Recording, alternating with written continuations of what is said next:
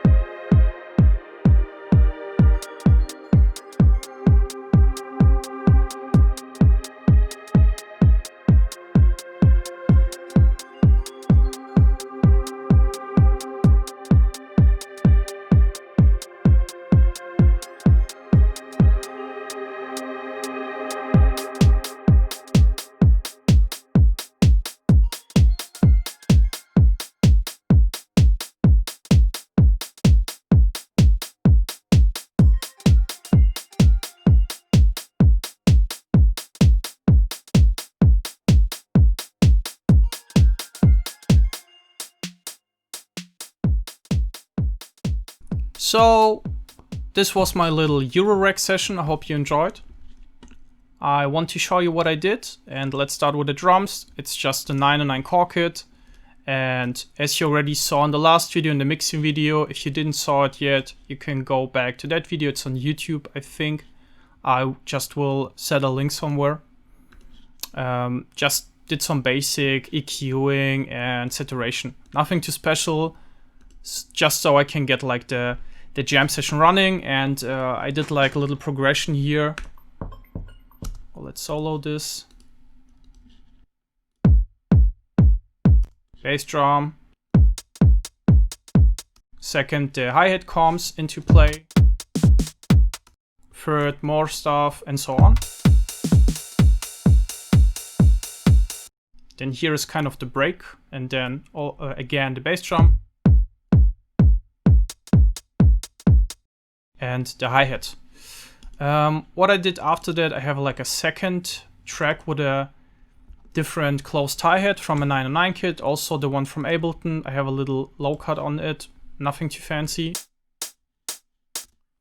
Same goes for the third. It's an 808 snare, just to have a layer on top. And I played with this little echo effect, Echo Boy on return track C. Okay, so far this is my drum section. It's really not too interesting, pretty basic, but it gets the job done. Then we have our 3 hardware tracks. Those are audio tracks. I just recorded the audio material with it, and we will talk about those in a minute. Let's go to the 3 samples at the end. I have a string sample. I'll show you.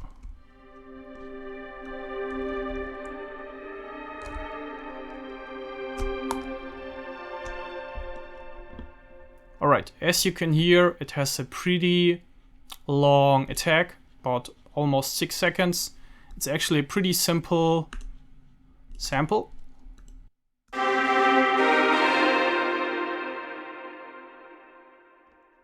And what I did to spice it up, I have a ton of reverb here and here. So if you listen to it again, it sounds pretty boring. Or at least it sounds different than before.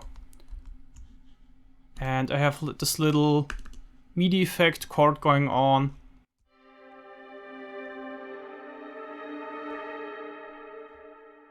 Yeah, this track, this element does the string sound.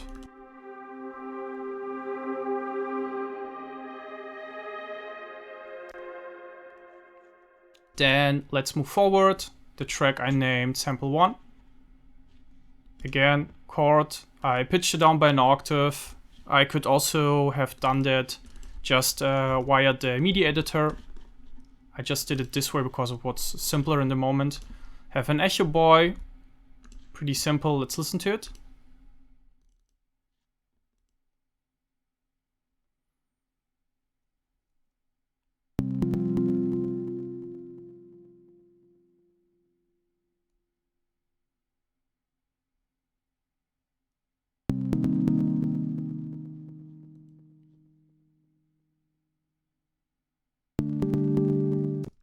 Okay, you get the idea.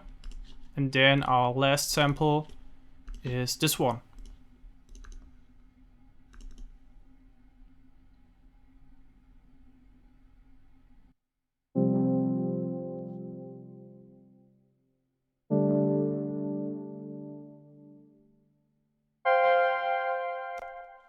Again, here I just used a different chord effect. 1 octave up, 5 semitones and 7 semitones. I used the space echo emulation by Universal Audio and Pro Q EQ. So I didn't mix anything of that. I just did a few quick moves to have a good sound while jamming, so it's more fun. Then I have 3 return tracks, a room, a reverb, a vintage reverb, and an Echo Boy delay unit. I might change those in the future, I'm not sure yet. So let's go to the interesting parts. Like, first of all, we have this Roland SH101 synth. I just dialed in some notes and triggered the internal sequencer via my Octatrack. Like it gets a trigger from the Octatrack, and then the next note plays from the Roland SH101. It's a pretty simple as it gets sequencer, but I really like it. It's fun to use and it's really easy. That's cool about it. So let's listen.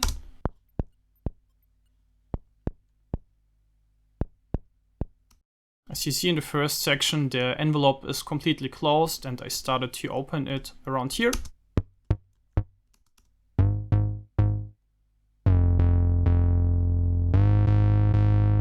So envelope gets wider and closer depending on the mood and also on the track. Sometimes I opened and closed the filter a bit or played with the range knob, which jumps an octave up and down.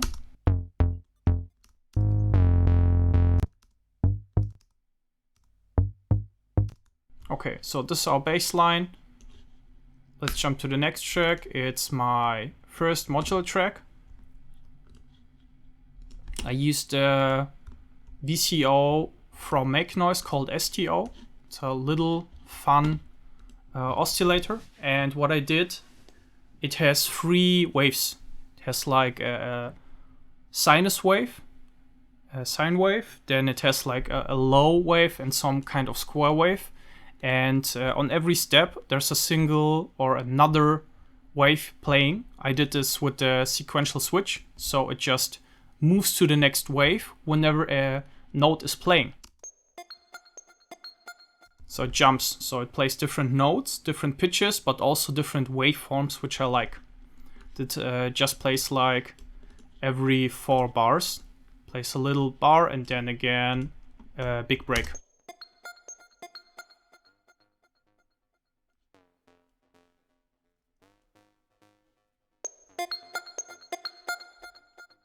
Okay, this is the first modular voice. I kept it pretty simple just to play those little arpeggios. Again, for this, I have a little sequencer in my case. It's on the bottom left, and I just could like manipulate the sequence by hand, and it went through a quantizer, so I always get like the right pitch, the right scale, and yeah, that's about it. Then the third track, which I probably like the most, I will tell you why in a second.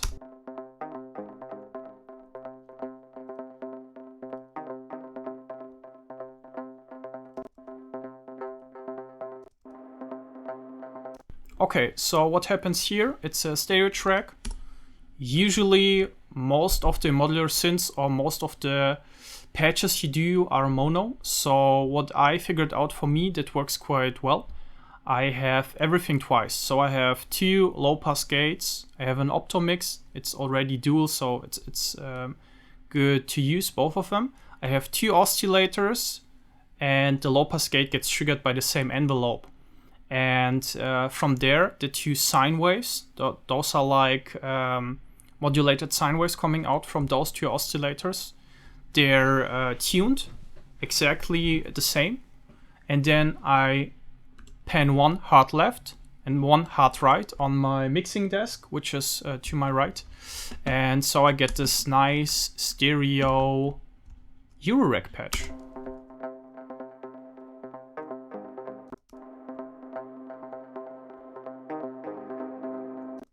And you can hear an amount of reverb and delay. This is coming from my Mimeophone. It's on the bottom right. I really like this delay unit. It's super fun. And right now it's synced. I don't always sync it. Right now it just sounded better to me, to my tempo. And yeah, this is about all the tracks. So as you can see, when I open all the tracks, it's not a finished track. So it's rather a sketch, I would say. And I would try to edit it. For example, I think bassline is playing way too long. Maybe we could just deactivate it here. Or for example, pitch something up or down. I'm not sure right now. Oh, it doesn't sound too good. Let's try another algorithm.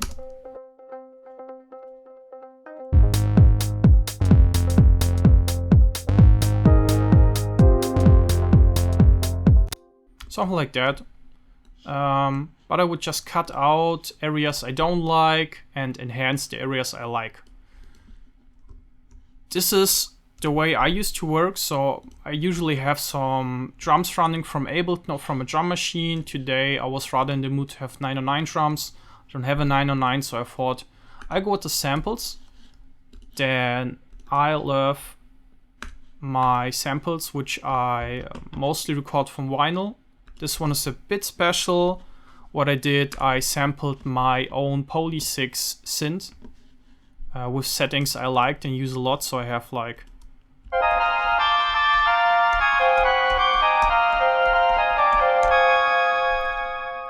this particular setting sampled.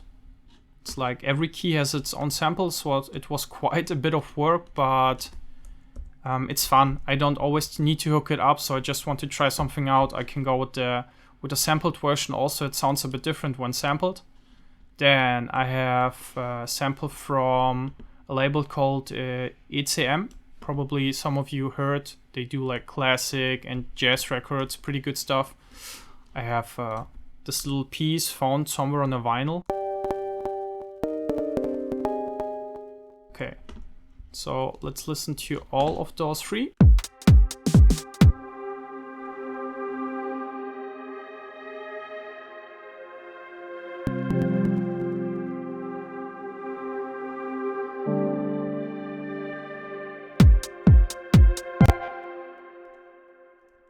Yeah, that's about it. I put something on my master chain, nothing too fancy, just a compressor and a limiter.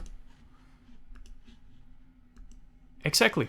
And hopefully, I think today I won't edit anything. Will edit the next 2 days this track, and after it's edited, so I have like a good arrangement going on. You see the track is almost 9 minutes long, which could be okay, maybe a bit too long, depending on what you want to do. After editing, I will take 1 or 2 days break and mix this track down. The same techniques as we talked about last week. So I hope I could give you a broad overview. Like modular synthesis in general is a pretty big topic, so maybe I will just do another more or bigger video over this topic. But for now, this was it. I hope you enjoyed. Hope to see you soon. Have a nice day.